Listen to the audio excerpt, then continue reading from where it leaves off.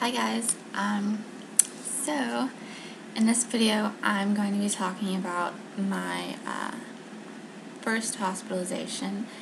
It was only for 3 days, but it's very interesting because the medication that they gave me in this hospital was what caused me to have to go to the second hospital. And I think a lot of people probably have that problem where they get the wrong medication and then it causes them to have another problem. Also, I hope this video isn't too bright. It's really sunny outside. Okay, because it's almost summer. Well, it's springtime now. It's kind of cold still. Alright, so this is like really kind of embarrassing. It was a very embarrassing situation for me at the time, and I think it's a pretty interesting story. So I just graduated from college. I finally graduated and I got my diploma in the mail, and then I guess it was like a month later and I was just like, and I was living at my parents'. Did I say that? I moved in with my parents. So I had the diploma and I was like, okay, you know, the question that everyone asks after they graduate, what now? And I never really thought I was going to be the type of person who would be asking that question, because I thought, you know, I would know what I was doing when I got out. But I did not. And I had a degree in philosophy, so I really didn't know what I was going to be able to do with that, and I just felt stuck. I had no plan, and I was depressed, and I was miserable living with my parents, so I didn't really know what to do.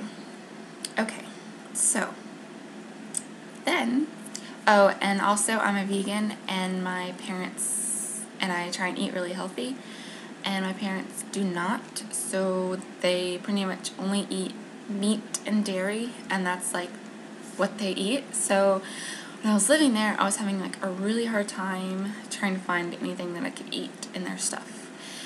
And I tried to get my own food, but it was really hard. Anyway, so I lost a lot of weight in a very short period of time.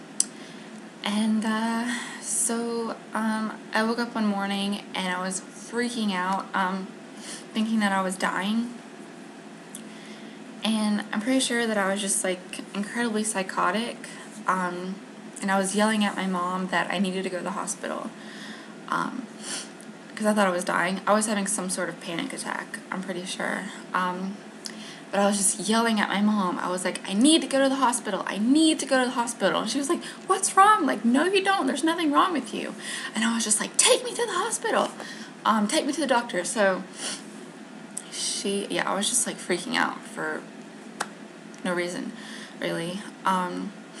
But she made a appointment for the nurse at our family doctor, and I was so mad because I thought that I needed to go to the emergency room right now because I thought I was dying. And on the way there, our doctor, he's 45 minutes away from my parents' house, so I was freaking out the whole time I was in the car, and I thought that I needed immediate help because I thought I was dying. And the sun was coming in through the windows, and I was hiding under my sweater because I thought that the sun was killing me. And this is basically the same stuff I was dealing with when I went to the hospital the second time, just being completely out of my mind and thinking that, you know, things were dangerous that really weren't. So yeah, I thought the sun was gonna give me cancer, and just being such a hypochondriac and really paranoid and just spazzing out completely.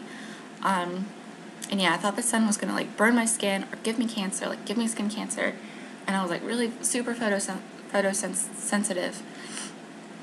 And so we finally got to the nurse's office, and I was like, I don't want to speak to a nurse, I want to speak to a doctor, which of course was probably really insulting to her.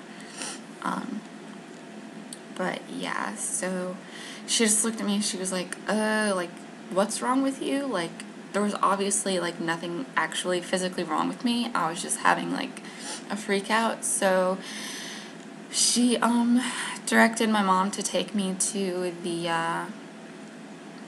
emergency room mental ward.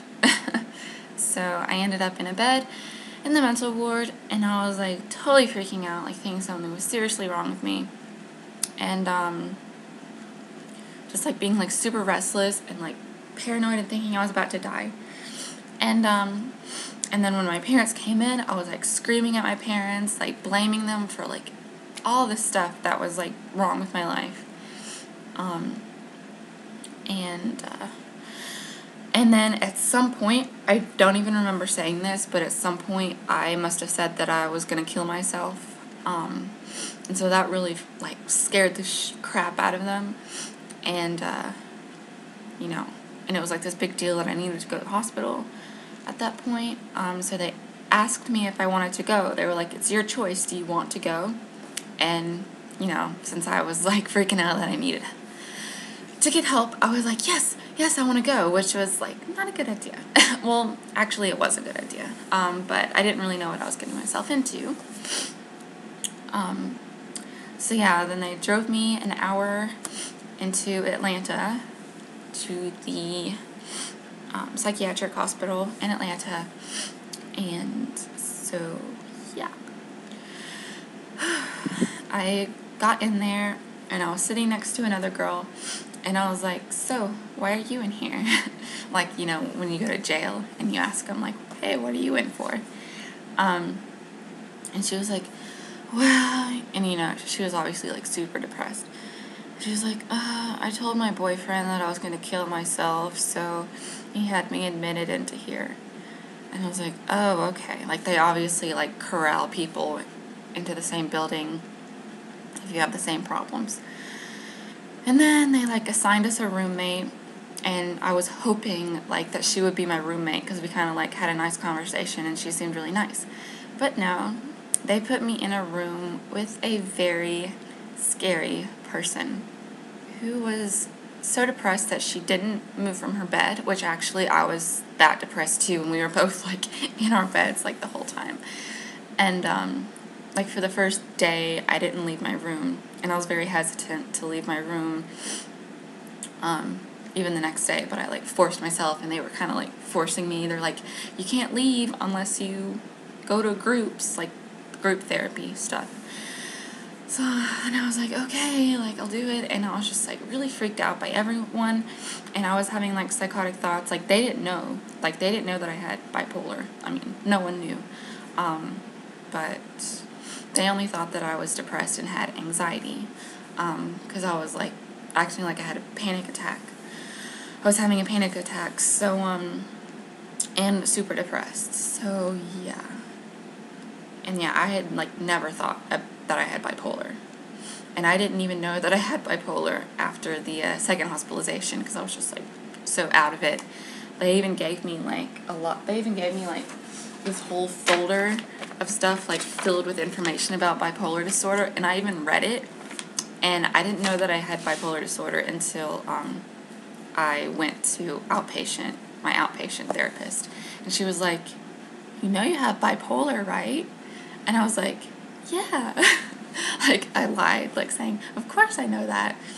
But it was totally news to me, because I was just, like, I don't know. My mind just, like, cracked open. So, yeah, so back to the first hospitalization. I don't know why, but I remember this a lot better, probably because I was still, like, the screws weren't completely taken out of my brain yet. They were still, like, they were loose, but, you know. So, yeah, so I was in the room with, like, this really scary person, this woman, and, she was, like, you know, she was probably in her 40s or something, and she was in her bed, and, she was, like, a social worker or psychiatrist, I don't know which, came in to talk to her to, you know, get all of her information and figure out where her problem was to, I guess, diagnose her. And so I was in the bed, and they didn't tell me that I had to leave or anything. So I heard, like, her talking about her problems, and she said at one point, she was mainly talking about her husband and all this stuff, and how he left her, and then he kept coming back every once in a while, and she talked about how she wanted to kill him and murder him, and at one point she said she wanted to murder him in his sleep, and I was like, fuck, I'm gonna be in the same room sleeping with this person. So that was pretty scary. It's like, okay, so I'm gonna be afraid to sleep now. I'm gonna be afraid to go to bed at night because she might fucking try and kill me in my sleep. And, you know, eventually it turned out that she was actually, like, a really nice lady. She was just, like, you know, obviously extremely bitter and resentful against her husband or ex-husband or whatever. But when we went to groups, you know, it was obvious that the therapy was helping her, and she was, like, really happy. Like, she started out, like, you know, going to the hospitals, like, actually does help you. Like, I saw people, like, totally change in there, and I did too, a little bit, but yeah, so anyway, that was scary, and I had this whole paranoia that I was dying or already dead. So anyway, at night they would make everyone take a sleeping pill, and I would kind of pretend not to take it, or like break it in half and just take half of it, because I was really scared that if I took the whole thing I would go to sleep and never wake up again. Because, you know, there's actually a lot of cases where people take sleeping pills and there's like an interaction with the sleeping pills and their other drugs, and they go to sleep and they never wake up. Like Heath Ledger, Brittany Murphy, you know, a lot of people. So yeah, I was paranoid that that would happen, so I only took half of the sleeping pill, and even that, like, scared me because it just, like, made me feel like, oh my god, like, so tired, and then it just made me pass out, so I didn't like it, at all. And, you know, they prescribed me sleeping pills, but even after I left the hospital, I didn't like taking them. So, yeah, because, like, most people in there were, like, so depressed that they were suicidal. And, you know, I said at one point I was going to kill myself, but then I had, like, this flip side of being paranoid that I was going to die, you know, and I didn't want to die. So, yeah. Anyway, eventually I finally was able to get out of my room and go to groups or whatever, but I didn't know what I was doing. You were supposed to, like, go to different classrooms or whatever for your groups, and there was, like, this billboard on the wall kind of, like, telling you, and, like, we got a sheet telling us where we were supposed to go, and there was a billboard telling us, like, where all the rooms were, but I pretty much stayed in one room and went to all of the classes that were taking place in one room because that was, like, comfortable for me, and it was in the same building, and also, like, I was so out of my mind that I didn't know, like, where I was supposed to go, and I couldn't read the paper that they gave me. Like, I think that's one thing when you're manic, you can't read things. I don't know why, but I know that is a symptom because I read this book. I think I have it in my bookshelf somewhere, but it's this other woman, I can't remember her name. I'll try and tell you in another video, but she became a psychiatrist, but she also had bipolar disorder, and when she had manic episodes, she couldn't read. So yeah, I couldn't read anything on the boards or on my sheet of paper telling me the schedules for classes. Okay, But yeah, anyways, so yeah, and there were a lot of guys in there, more than girls. The guys outnumbered the girls for some reason, and they took an interest in me for some reason, and they helped me a little bit because they felt sorry for me. And yeah, so one guy, I remember one guy being like, "Smile, Samantha, you'll get out sooner if you smile, because if you stay like super sad the whole time, they're not going to let you out, because they'll know that you still have depression and you didn't improve, and they'll only let you out if they think that you have improved." And they thought I was suicidal, so whatever. So it was like so hard, and I didn't want to eat either, because they gave you like not vegan food. They gave you eggs with bits of bacon in it, and like cheese sandwiches and like cookies, and I didn't want to eat cookies because it's like junk food, and I don't like eating junk food, like cookies and candy and like all this shit junk food. So I didn't want to eat, but if you didn't eat, they wouldn't let you leave either, and they forced you to eat, and they would like stand by you, and like you had a chart, and they would like mark off like your progress and how you were doing. So basically, if you didn't improve in the 3 days, they would make you stay longer and send you to, I forget what it was called, but they would send you to live like there. There were like apartments there for you to live if you were still needing to be an inpatient. And I wanted to get out of there, obviously. And so after the 3 days, somehow they let me go, and they prescribed me Celexa, which is an antidepressant, and an anti-anxiety medication. I don't remember what it's called. Vistaril, maybe? Sounds right. It's also like an allergy medication, so that's weird.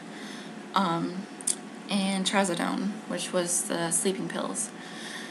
And I took those for a few days when I got home, but then I was like, fuck that, I don't need to take this stuff. So I stopped taking them, and like a day or two later was when I had the super manic episode, which I made a video about, which is what sent me into the next hospital where I had to spend 10 days, which that went by really quickly, because I'm pretty sure because I really needed to be there, so yeah. Anyways, I guess that explains enough of the second hospitalization. And yeah, and there are a lot of details. Like in the group sessions, they would, tell you all of these coping skills, but I was so like prideful, and I would be like, look, I already have my own coping skills. Like, I do yoga, and I meditate, and I do like stretches and other things to do relaxation, and I was just like, I don't need to be here. Like, I already know all of these things, and I can take care of myself. But so actually, when I did get out of the hospital, I was so happy to be out, and I kind of did appreciate being alive and all of that good stuff. All that wanting to commit suicide stuff. Alright, so I guess that's enough about the first hospital experience. They thought I had depression, major depression and generalized anxiety disorder. But yeah, it was like this huge stressful experience because I'd never been to a psychiatric hospital before. So it was pretty overwhelming and embarrassing and just really hurt my ego. All this stuff. But I do recommend that you go. It's not the easiest thing in the world, but if you are suicidal and you have depression, it does help. Like the seminars they gave, the lectures they gave, they were actually really interesting and helpful, really good therapy. and I saw people totally change in the time I was there. So from like people with like frowns and like completely depressed, like smiling and happy and like bouncing around. So it does work, and that's why I totally believe in it. So yeah, both hospitalizations did make me better, and yeah. And I know a lot of people have to go to the hospital like tons of times, and a lot of times when I was in the hospital, I was in there with people who had been to hospitals multiple times, and it wasn't their first time, which is why they helped me out, because they were like, "It's your first time here, isn't it?" And I was like, "Yes." Like, I was really scared, and they helped me out. So people are really nice there. The other patients are usually incredibly nice. So yeah, it's a supportive environment. Usually, you have to make the best of it. Like, that was one piece of advice I got, was, just try and make the best of it. And so yeah, this is like my longest video yet. That's just really weird. Anyways, yeah, so I have some schoolwork to do, so I'm going to do that. And I hope you guys got something out of this video. And please subscribe if you want to stay updated, or if you found this interesting. And yeah, I will talk to you guys later. Alright, bye.